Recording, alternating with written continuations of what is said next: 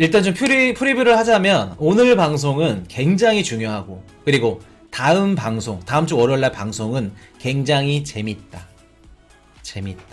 아, 근데 내용이 재밌지는 않는데, 그 내용은 재밌는데 그게 일어나면 우리는 속상해.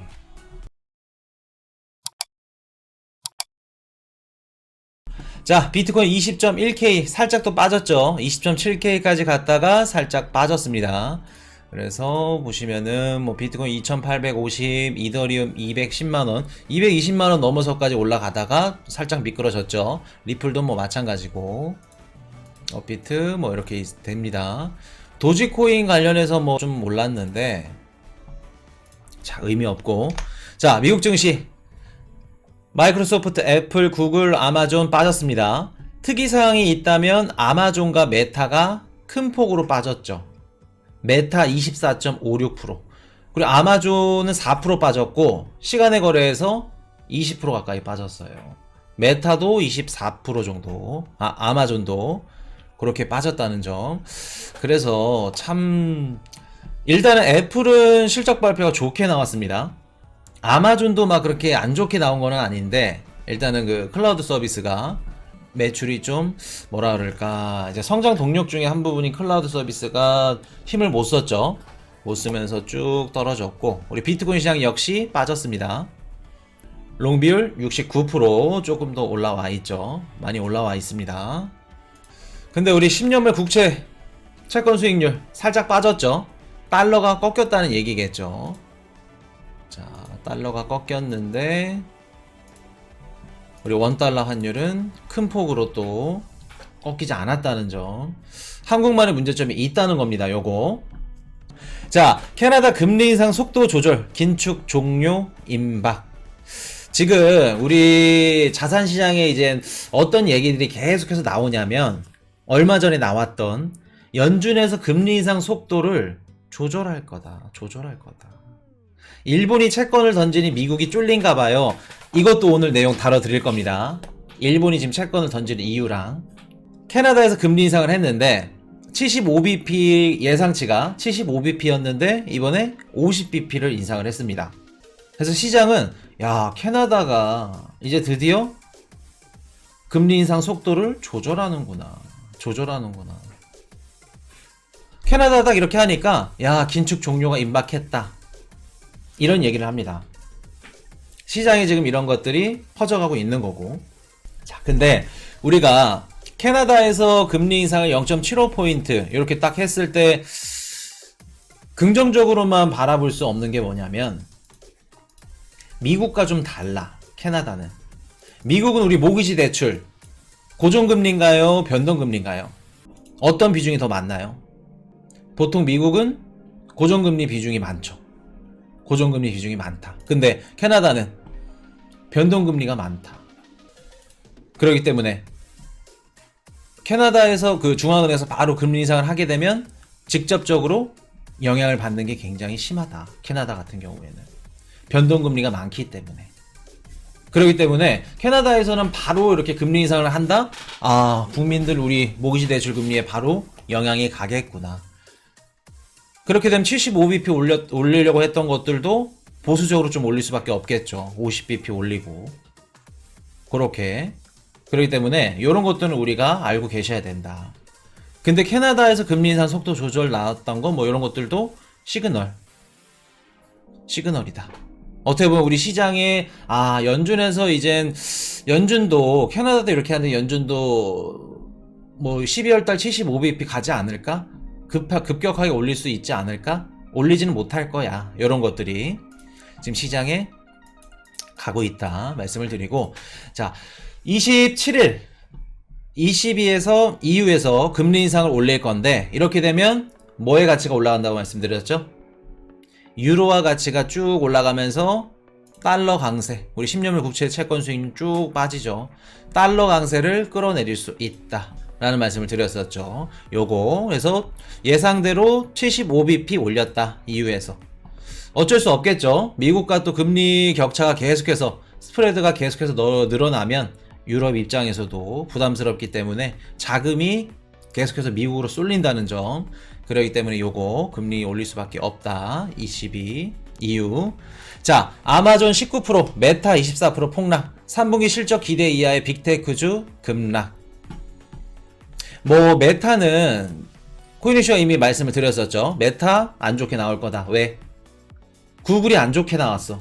안 좋게 나왔는데 구글 유튜브 실적이 안 좋았다. 광고 수익이 안 좋았다. 디테일하게 들어가면. 그러면 광고로 먹고 사는 메타도 안 좋게 나오겠다.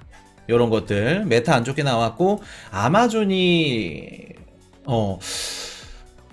예상치보다 막 그렇게 크게 떨어지거나 그러진 않았어요. 아마존이. 월가 예상치가 1274억 달러. 근데 이번에 발표한 게 1271억 달러. 한 3억 달러 차이인데 이렇게까지 빠질 정도인가? 라고 생각을 했더니 어디서 문제가 있었어요? 아마존은 얘 때문에 산다. 그런 말이 있을 정도로. 웹서비스.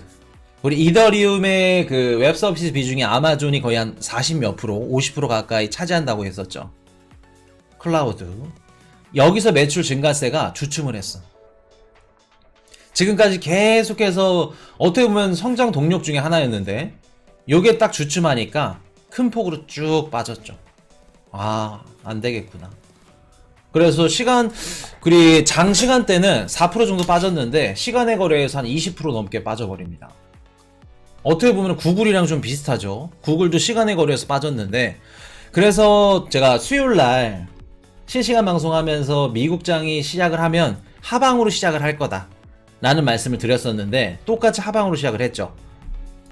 오늘도 또 30분 있다 보시면 되겠지 뭐. 하방으로 시작할 겁니다. 수요일처럼. 근데 수요일과 똑같이 우리 장 마감을 어떻게 하느냐에 따라서 이게 또 달라지겠죠. 근데 하방으로 시작할 거다. 오늘도.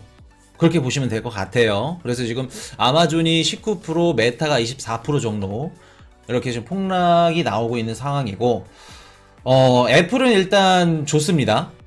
애플은 좋게 나왔는데 자, 아마존 4분기 가이던스 예상 큰 폭으로 하회. 주가 20% 폭락. 또 선물 단타 이렇게 하시는 분들은 이런 것들도 소스지. 장 시작을 또 하방으로 시작하는지 뭐라는지 딱 시간 맞춰가지고 자, 그렇게 보시면 될 것 같은데 일단 애플은 좋게 나왔어. 사상 최대 순이익 기록. 사상 최대. 애플이 그 순이익이 0.8% 정도 늘어났다고 합니다. 207억 정도. 우리나라 원화로 한 20조 정도. 그래서 3분기 사상 최대 순이익을 거뒀고 좀 디테일하게 들어갔는데 좋진 않았다. 왜? 이번에 누가 실적을 크게 좀 올려줬냐면 아이폰, 맥, 그리고 애플워치 이런 좀 부가적인 기기들이 좀 많이 팔렸다고 합니다. 근데 제일 중요한 아이폰 매출은 줄어들었다 그래요. 왜냐면 아이폰을 갖고 있어야 뭐 아이폰 충전기라던가 이것저것 액세서리들을 더 팔아먹을 수 있는데 애플 입장에서는 아이폰 매출은 줄어들었어. 근데 뭐 맥이라던가 애플워치 이런 것들이 좀 많이 팔렸다는 겁니다.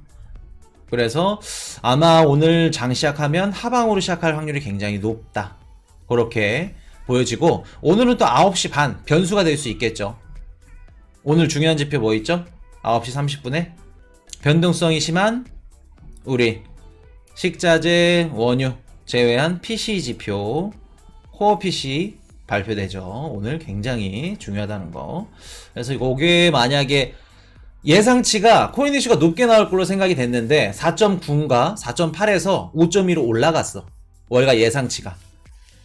뭐 그것만으로도 높게 잡은 거죠. 잡았는데 아마 그거보다 더 높게 나온다. 그러면 시장이 충격받을 수 있다. 충분히. 근데 4.9에서 5.2 올린 거기 때문에 크게 그 정도 비슷한 수치가 나오지 않을까. 5%대 초반. 그렇게 보입니다. 근데 뭐 잘 나오면은 4.9 뭐 후반 나올 수도 있겠다. 5.2까지 올라갔으니까. 그렇게 말씀을 드리고 30분에 나오면은 5분 뒤에 말씀 한번 해주세요. 자, 이게 우리가 참 소름 돋는 게 뭐냐면 제프 베이조스 우리 형님 아시죠? 돈 뒤집어지게 많은 미국에서 몇 등이었더라? 탑5 안에 들 텐데 제프 베이조스 형님이 며칠 전에 이런 얘기를 했어. 경제 위기 대비해야 된다. 미국 경기 침체에 들어갈 거다. 근데 이런 얘기들이 뭐를 암시했던 걸까? 뭐를 암시했어요? 이런 얘기들이? 제프 베이조스 형님이 뭐를 창업했죠? 아마존을 창업했죠. 요거 얘기 딱 나오고 아마존 어떻게 됐어요? 시간의 거래까지 24%가 폭락을 했습니다. 제프 베이조스 형님은 알고 있었다는 거야. 어느 정도. 아, 클라우드 많이 안 나왔구나. 안 나왔구나. 경기 침체에 들어간다. 이런 것들 좀 디테일하게, 세세하게 이런 것들. 그렇기 때문에 지금 쉽지 않다. 미국이고 뭐 한국이고 뭐 일본이고 글로벌 국가들 다 쉽지 않다. 그렇게 말씀을 드리겠습니다. 일정 한번 짚어 드릴게요. 자, 일단은 27일날 유로존 금리 결정 발표를 했고 오늘 중요한 지표 28일 9시 반 4분 나왔습니다. 미국 PCE 지표가 발표될 예정인데 예측치 5.2% 뭐 이 정도 나올 것 같다 보시면 될 것 같아요. 원래 4.8인가 4.9였는데 올라갔죠. 월가 예상치가. 그래서 5.2면은 전달, 저저번 달보다 더 높은 수치다. 그래서 PCE 지표는 쉽게 빠지지 않는다. 이번에도 높게 나올 걸로 예상이 된다. 라는 말씀 드리고 10월 31일날 유로존 소비자 물가지수 발표되고 11월 3일 미국 금리 인상 요거 중요하겠죠. 오늘 FOMC 회의에서 어떤 이야기들이 나올지 한번 정리를 해드릴게요. 오늘 금요일인데 진짜 중요해. 일단 좀 프리뷰를 하자면 오늘 방송은 굉장히 중요하고 그리고 다음 방송, 다음 주 월요일날 방송은 굉장히 재밌다. 근데 내용이 재밌지는 않는데 그 내용은 재밌는데 그게 일어나면 우리는 속상해. 마음이 아파. 자, 그렇게 보시면 될 것 같고 11월 10일 미국 CPI 발표 있습니다. 요 예측치 8.1%인데 근처 가서 아마 예측치 바뀔 수도 있어요. 바뀌게 되면 다시 한번 짚어드리겠습니다. 높게 나올지 낮게 나올지. 자, 일단은 뭐 아마존 그리고 메타 어닝 쇼크가 나왔다. 실적 발표 이후에 20% 이상 폭락을 했다. 이걸 보면서 아 진짜 미국 주식이 비트코인보다 변동성이 더 심하구나 요새는.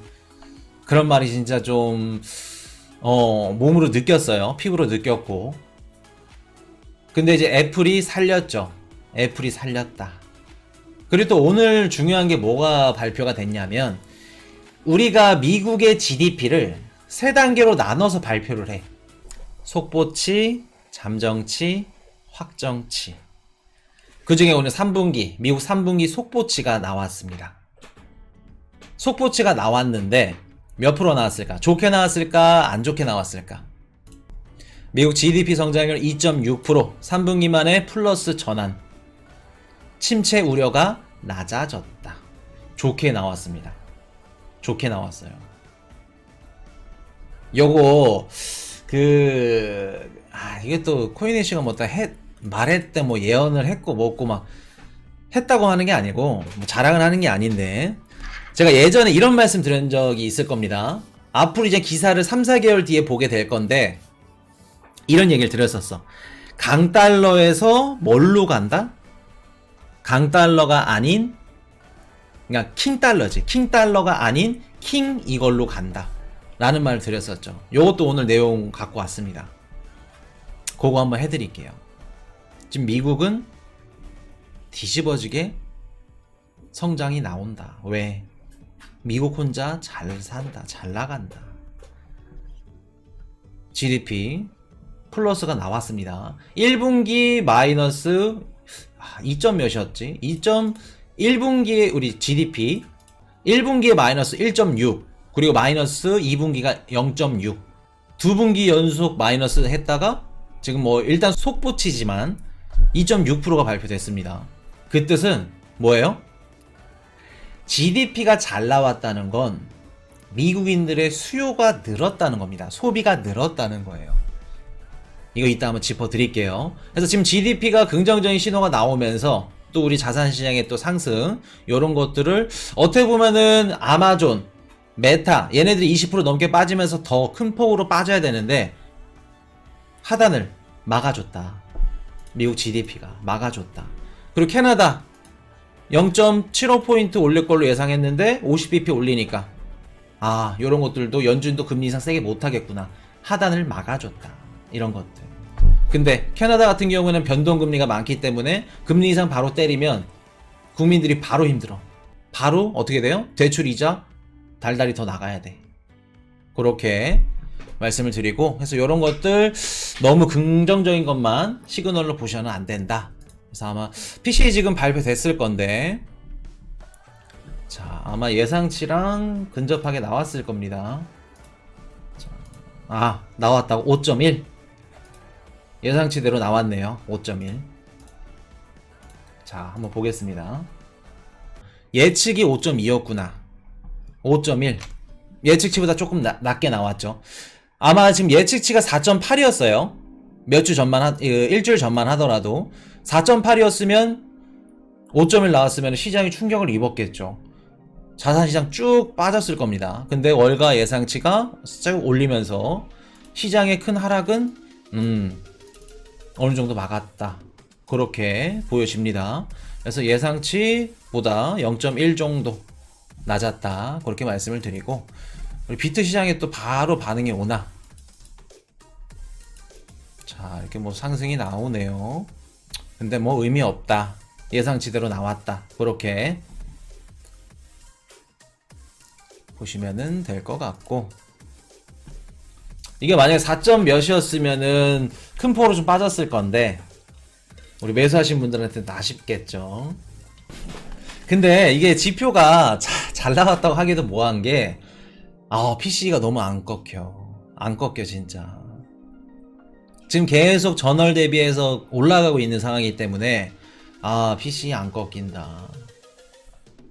근데 거기다가 또 우리 연말 내년 상반기 또 원유 가격 오르면 PC 꺾인다고 하더라도 뭐 원유나 이런 것들 그냥 다 상승을 한다. 그래서 물가는 아직 드라마틱하게 꺾이기 힘들다. 그렇게 보시면 될 것 같고, 일단은 지금 단기적으로는 분위기가 좋습니다.